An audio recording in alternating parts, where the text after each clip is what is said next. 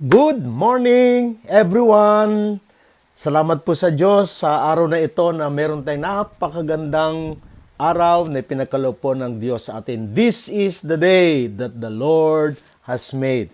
Muli po, ito ang inyong kaibigan, ito ang inyong coach, Pastor Naf Trinidad, dito sa Gabay sa Pagtatagumpay. Lagi pong kagalakan ng aking puso na maibahagi ang magagandang pangako ng Diyos sa bawat isa sa atin. Ngayon pong umaga ay ang gabay sa pagtatagumpay ay ating pong makukuha mula sa aklat ng mga awit, Kapitulo 127, talatang 3. Psalms 127 verse 3. Narito, ang mga anak ay mana na mula sa Panginoon, at ang bunga ng bahay bata ay kanyang gantimpala. Psalms 127 verse 3, ito po ang ating gabay sa pagtatagumpay.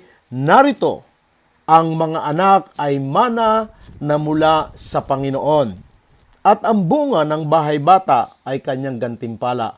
Pagpalain po ng Diyos ang kanyang mga salita na siyang ating gabay at patnubay sa ating pang-araw-araw na pamumuhay. Napaka-importante at napakahalaga po. Kung tayo po ay isang magulang, napaka-importante po na ating maunawaan at maintindihan na ang ating pong mga anak ay gantimpala biyaya ng Diyos mula sa kanyang sinapupunan. Napakaganda po na mga pangako ito ng Panginoon. Pero alam niyo po ba na itong pangakong ito ng Diyos ay nagkaroon ng matinding sitwasyon. Tila man din po ay hindi ko na-appreciate o napangalaga ang mabuti ang gantimpalang ito ng Diyos sa amin pong mag-asawa. Bakit po? Sapagkat noong pong 1980s ay nagkaroon po kami mag-asawa ng isang personal na karanasan patungkol po sa aming buhay pinansyal. To cut the story short, noong pong panahon 1980s, kami po ay nabaon sa pagkakautang.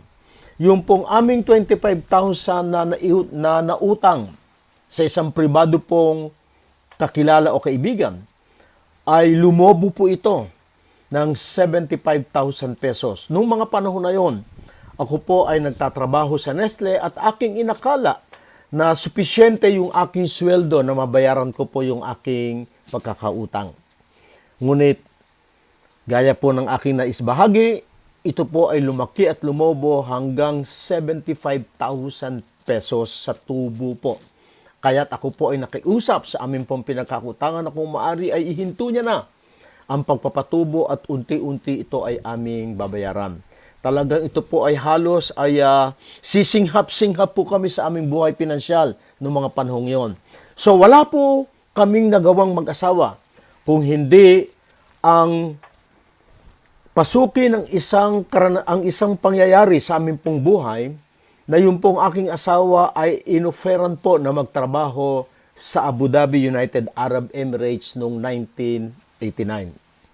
Wala po kaming magagawa kung hindi tanggapin ang challenge na yon sapagkat aking pong iniisip na ang aking pong asawa pag nakapagtrabaho sa abroad ay makakatulong po siya na ma-overcome po namin yung aming pong utang.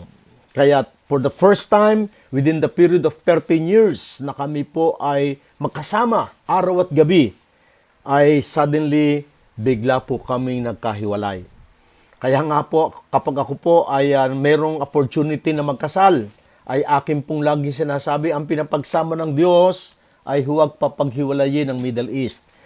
At kaya ko po ito isinishare sa inyo sapagkat napakarami pong sambayanang Pilipino, tahanang Pilipino, ang naging kalunos-lunos ang kanila pong buhay dahil sa pagkakahiwalay. Kung hindi po ang asawang lalaki ang magtrabaho sa Middle East, yung pong asawang babae. At yan po ay aming personal na naranasan. But the only thing is, of course, Hindi naman po nawasak yung aming pamilya. But the point is this, kung ang anak po, sabi ng Biblia, ay mula sa Panginoon at ang bahay bata ay kanyang gantimpala, regalo po ng Diyos ang ating mga anak. Ang aking pong regret, kung meron po akong isang regret sa aking pong buong buhay, ay yung pong aking iwanan, ang aking pamilya, kami po mag-asawa, iwanan po namin ang aming mga anak sa pangangasiwa po ng aking magulang upang kami po ay magtrabaho sa abroad as an OFW. Alam ko po ang dilema ng napakaraming OFW patungkol po sa sitwasyon ng pamilya.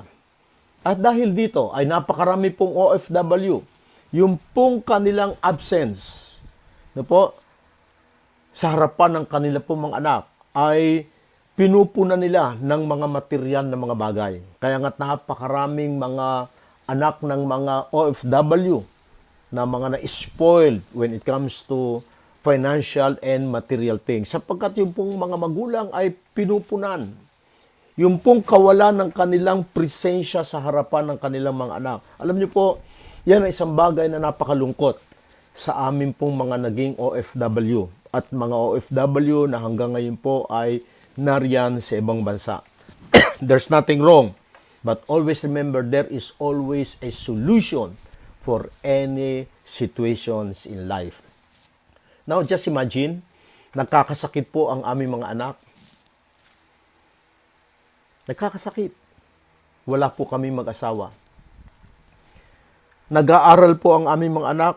Wala po silang gabay mula sa kanilang mga magulang.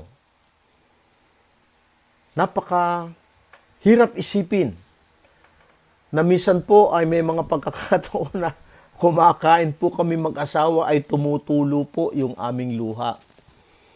Dahil pagkabigla po naming naalala o naalaala yung aming mga anak at nagtanungan kami mag-asawa, ano kaya ang kinakain ng ating mga anak ngayon? Aba, umiiyak na po kami mag-asawa.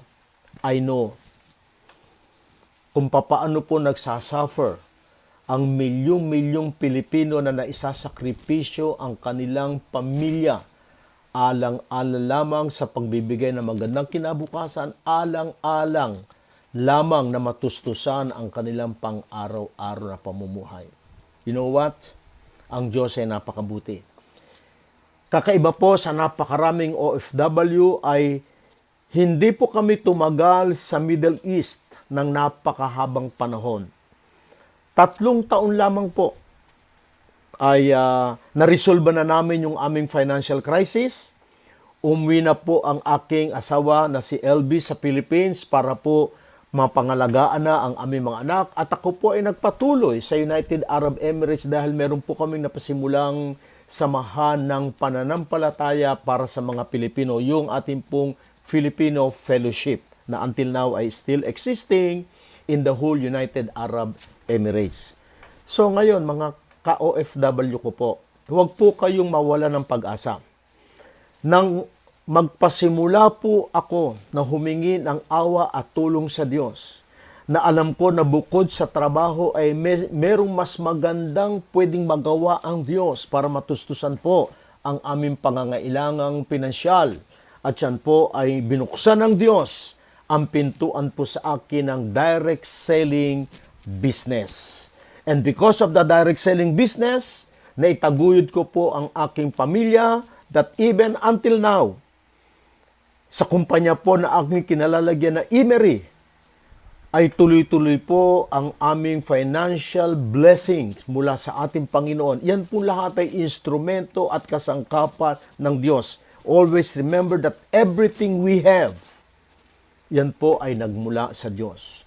Wala po tayong bagay na meron tayo na hindi po nanggaling sa Diyos. That's why I always acknowledge and recognize and appreciate na ang lahat ng meron kami ay biyayang dulot ng Diyos sa aming buhay, instrumento kung sino man po ang kanyang mga ginamit upang maging daluyan ng mga biyaya at pagpapalang ito. At dahil po dito, ako po ay patuloy at walang sawa na umaapila sa napakarami po nating OFW na kami po sa Imiri ay nagbibigay ng mga libreng pag-aaral, tutorial, training. Wala po kayong babayaran.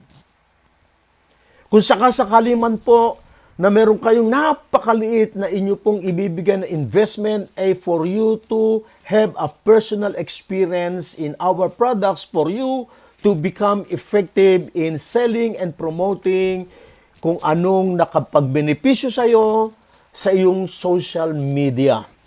Nagbibigay po kami ng mga libreng pagsasanay. Kaya po ay kung mga interesado po kayo, huwag po kayong mag-atubili. Huwag po kayong matakot. Huwag po kayong mag-alinlangan. Magtanong po kayo dyan sa akin pong Facebook page. Tanong niyo lamang po dyan sa comment box papaano. Gusto kong matuto kuya papaano. Huwag po kayo mahiya. Sabi nga ni Susan Roses, huwag kayo mahiyang magtanong. Gaya po ng naking na-share nung po nakaraang gabay sa pagtatagumpay po na he that manage a matter wisely. Magkakaroon po kayo ng mga magagandang mga bagay at mabuting mga bagay sa inyong buhay. Na-share ko po ang akin napakasimpleng pamamaraan na nadiskubre at natuklasan kung papaano tayo sa mga ginagastos natin ay pwede pala tayong kumita. Doon sa isang kita na talagang is amazing na hindi po nating inaasahang kikita tayo ng ganon. So, kaya nga po mga ka-OFW ko, alam ko po ang inyong struggle. Don't worry. Naranasan po namin mag-asawa yan. But now, dahil po sa salita ng Diyos, narito ang mga anak ay mana na mula sa Panginoon at ang bunga ng bahay bata ay kanyang gantimpala. Ngayon po ay since when I was 45 years old, at nagpasimula po akong mag-involve in a direct selling business, ay napakalaki na po ang aking panahon sa aking pong pamilya, sa aking pong mga anak. Kaya nga, ito po ay aking isinishare sapagkat alam ko ang dilema.